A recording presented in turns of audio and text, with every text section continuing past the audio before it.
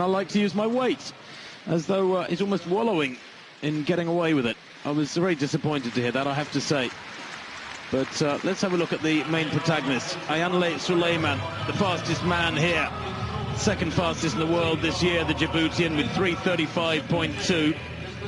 Bronze medalist in the World Championships last summer at 800 metres. He has great finishing speed, and if they don't watch him over the last couple of laps, it could well be to their cost. He looked very impressive in qualifying yesterday. Aman Vote of Ethiopia, fourth at these World Indoor Championships 2 years ago. Went out in the semi-finals last year in Moscow, but he's a 3:35 man indoors. Certainly another man to be watched. The Ethiopians are having a good day already. Bethwell Bergen of Kenya. He went out in his heat 2 years ago, but Bergen is a 3:34 man from a couple of years ago. And as I was saying, this race, frankly, is very wide open. Nobody really stands out above the crowd amongst these 9 men. Any one of the 9, having negotiated what are very tough qualifying heats, could take the title. Surprised we haven't focused in on Nick Willis, quite frankly, the New Zealander in black, who's over to the left of the lineup as we look at them. That's Bergen of Kenya.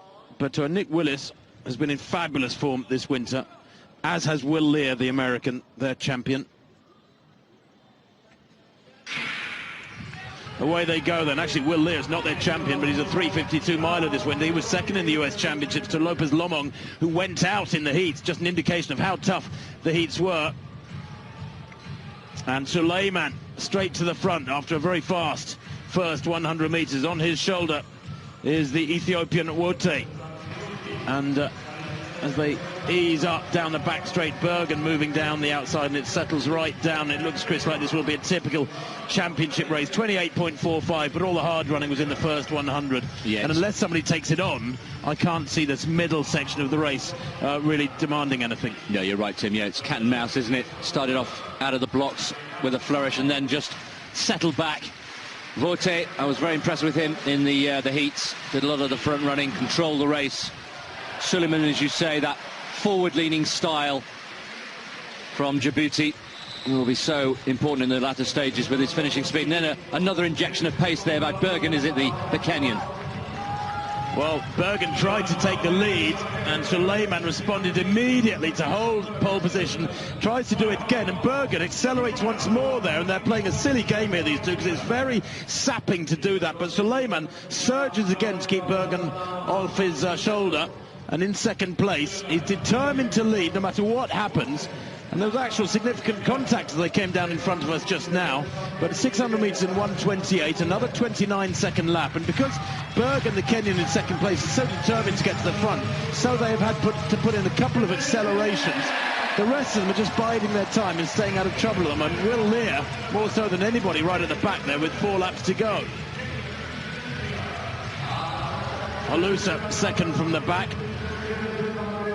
I was asked who I thought would win this race by our Polish commentator today, and I said I thought it would be the most patient athlete, and that is, in other words, those who just bide their time, let the racing happen in front of them, all the busyness, all the energy-sapping stuff for the first 2/3 of the race, and then gets into a good position with a couple of laps to go. Nick Willis is conspicuous in that black top, easing up into third place now on the outside with 3 laps to run. Still right at the back, wearing 400, is Will Lear, the American, with that ponytail and beard. 3:52 mile up this winter, winner of the Millrose Games, but he looks like he's struggling a little bit. Bit of daylight between him and the pack right now, with 1,000 gone in 2:29. Osbillen there, just taking the outside route, and I've been keeping an eye also on Iguida there, the defending champion.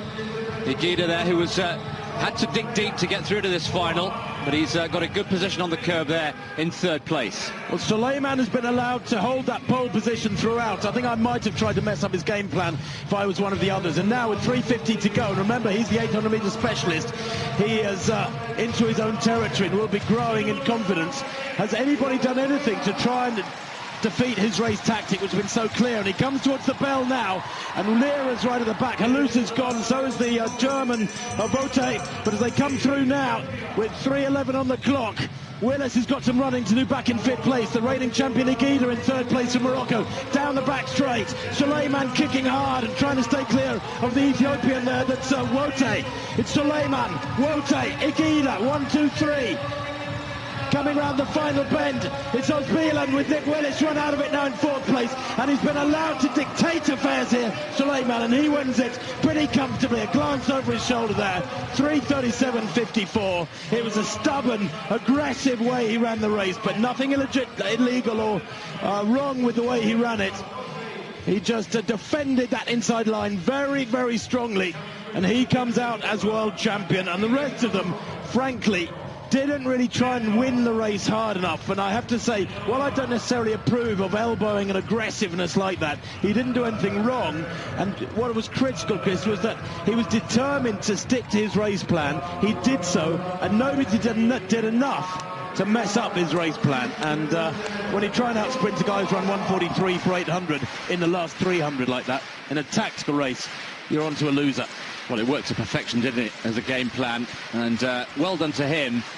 And shame on the others for not trying harder. There was a little bit of muscle, wasn't it, on the early stages? It was Bergen who was putting that injection of pace in, tried to mess with his head and with his body. But there he is, look, clear daylight. And it worked to perfection. Absolutely superb tactician, Souleiman.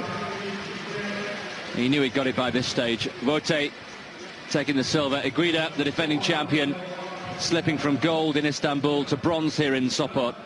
And Nick Willis finishing strongly.